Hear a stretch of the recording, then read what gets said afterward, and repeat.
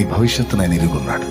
2, నీకు ఇచ్చిన సామర్థ్యతలు, నీ భవిష్యత్తు నీకు తెలియదు, ఆయన తెలుసు. నీకున్న సామర్థ్యాలు నీకు తెలియదు, ఆయన తెలుసు. అంతేకాదు, నువ్వు ఏ మోతాదులో మొయ్యగలవో, ఎంత శోధన తట్టుకోగలవో అది కూడా ఆయనకు తెలుసు. ఈ 3 ఎరిగున్న దేవుడు అన్ని సమకూర్చి నీ మేలుకే జరిగిస్తూ ఉన్నాడు.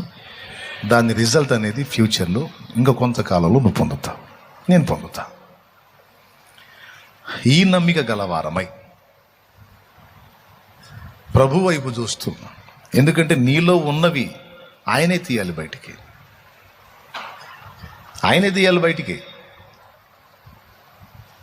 ఆయనే తీర్చిదిద్దాలి. ఆయన వైపు చూసినప్పుడే నా లైఫ్ ఎలాగా ధన్యమైంది. మీకు కూడా చెప్తున్నాను, అటే చూడండి. ఖచ్చితంగా ఆయన ప్రమేయం ఉంది నీ లైఫ్లో, ఆయన జోక్యం ఉంది. నీ జీవితంలో ఇప్పటివరకు ఎదురైనవన్నీ కూడా ఆయనకు తెలియకుండా జరగలేదు, మొత్తం తెలుసు, అన్నీ చూస్తున్నాడు. తప్పకుండా ఇవన్నీ కూడా నీకు ఫేవర్గా మారేటట్టు ఆయన చేయబోతున్నాడు. అందుకే రప్పిస్తాడు. ఓకే, అర్థమైంది కదా?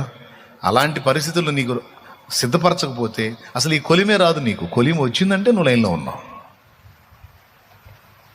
ఆయన చేతుల్లో ఉన్నావు. ధైర్యంగా ఉండవు, విశ్వాసంతో ఎదుర్కో.